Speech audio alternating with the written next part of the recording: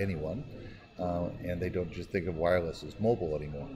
In fact, even the large companies are now talking more about fixed wireless in home applications, even if it is from a large corporation like Verizon or AT&T. And that's a lot of the reason why the CBRS became so interesting to them, because what happened was it started out with us getting an expansion of our licensed Light 365 that we had, and they said, well, how can we get that out there so you can use more? The goal from the FCC has always been to give some licensed spectrum that we would buy and be able to preserve, so that we wouldn't just be an unlicensed, which is vulnerable to any kind of interference at any time. So this was our attempt to work with the FCC to expand that. And about that time, the big guys got interested in fixed wireless, and they also started to become a little monopolistic about spectrum. Whereas it wasn't enough to spend billions on the lower end, now we want to have the whole thing.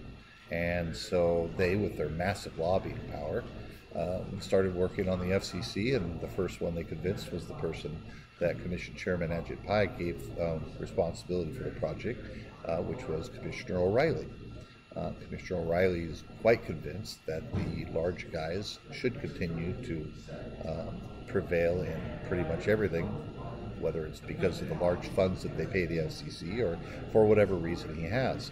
But more recently, he started making public speeches and using our filed comments as fixed wireless providers as to why the things that we suggested wouldn't work, which is dangerous in itself, because it essentially put Commissioner O'Reilly on the record of opposing the points that we showed were viable, possible. Probably the craziest one was we can't track small census tracts when we're working on deploying these services.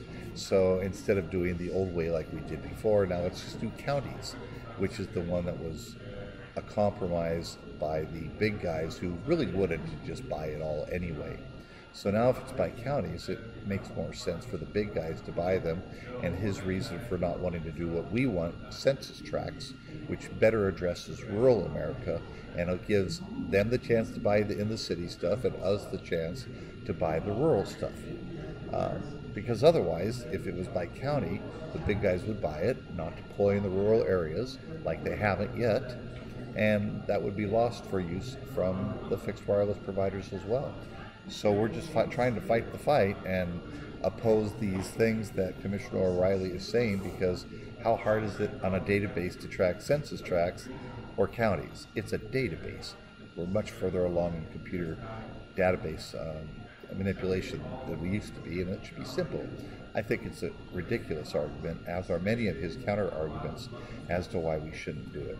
And if you looked at the whole list of the speech of O'Reilly's opposition, it just doesn't hold up in water.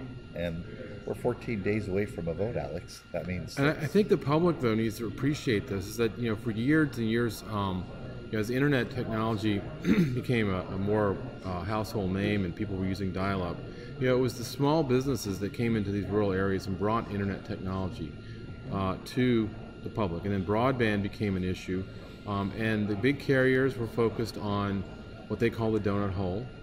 That's where they have the highest concentration of customers and leverage their network infrastructure. And when you look at the rural areas where WISP operators like you and me, I'm in Shenandoah Valley, you're in Yakima, Washington, not big centers of business and economics, but yet people are there and they need to have these technologies. So, small operators have filled a niche in this particular market, and I think the carriers are saying that they are willing to bridge that gap. But the other issue is the fact that we're not just filling a niche in unserved areas anymore. We're now the alternative carrier. The technology has gotten so fast that companies like mine are now competing with.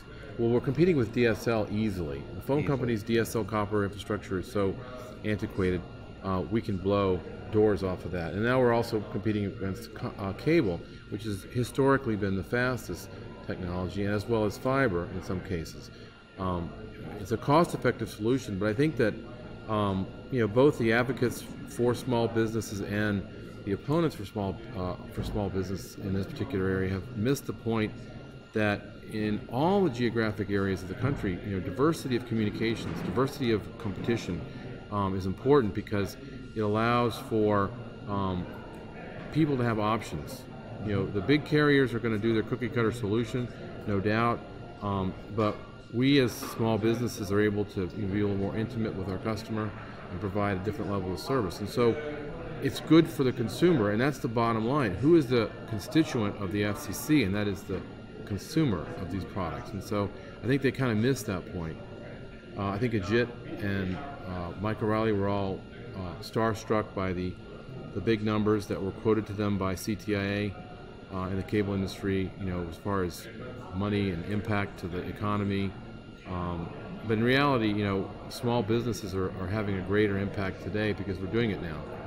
We've brought broadband into rural areas, and we use fixed technology, we use unlicensed technology, and we are making it happen. And there's no reason for the commission to pull the rug out from underneath us like that.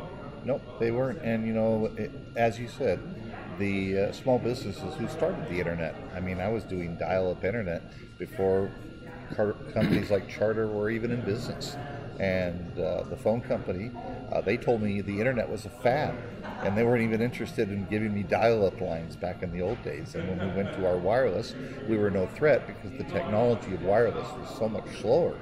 But we were willing to go out in our rural areas, and they weren't at all. In fact, the old stockholder meetings for the cable companies said that if it's less than 1,000 people per square mile, don't build there.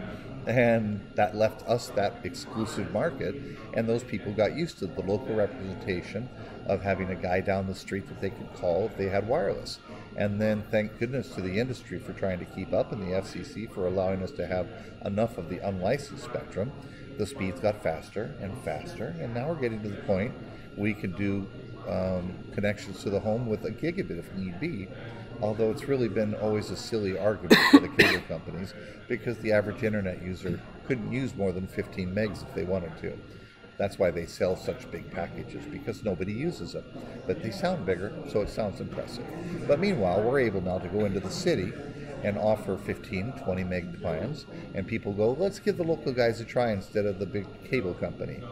And then all of a sudden they find everything runs in their house perfectly, and they're dealing with a local company. Now the cable company starts to sweat because word of mouth is always the best way for advertising in the internet business. And so they start telling their neighbors, hey, these local company does that well. So that's what they do. So well, I think we should caution the FCC from buying into the story about the large carriers being able to solve the problems. I mean, they have historically been unable to meet the needs of the public in many areas of the country. And I think that Mike O'Reilly's betting the farm, so to speak, on this again, when historically they've let everybody down.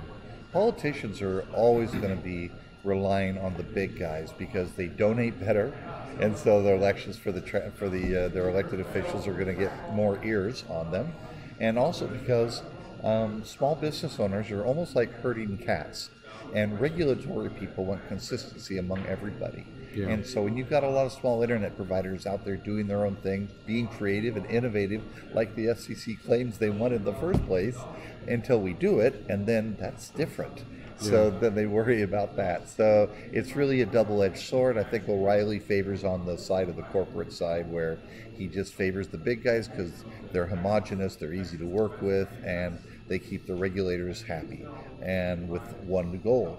Whereas, as you said a moment ago, when it comes to consumerism, you don't want to favor the big guys because they're monopoly oriented, they're not customer service centric, and they're not going to get the same local cooperative type of atmosphere that people in town have gotten used to since the beginning of the internet and deserve to continue to have. Well, I'm going to go ahead and wrap up this broadcast. We're going to run another broadcast later today with some other people. I just want the public to realize this is an issue that you should be involved in. Do your homework. Realize if you want choice in broadband services going forward and not just be part of the oligarchy, get involved. Send your comments to the FCC. Tell the FCC that not to forget about small business. Take a look at WISPA.org in our filings and get involved.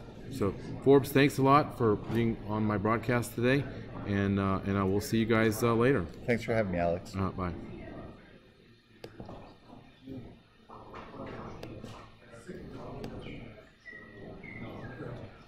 Almost stopped. I almost screwed that one up, man. I didn't even realize what was going on until I realized what was going on.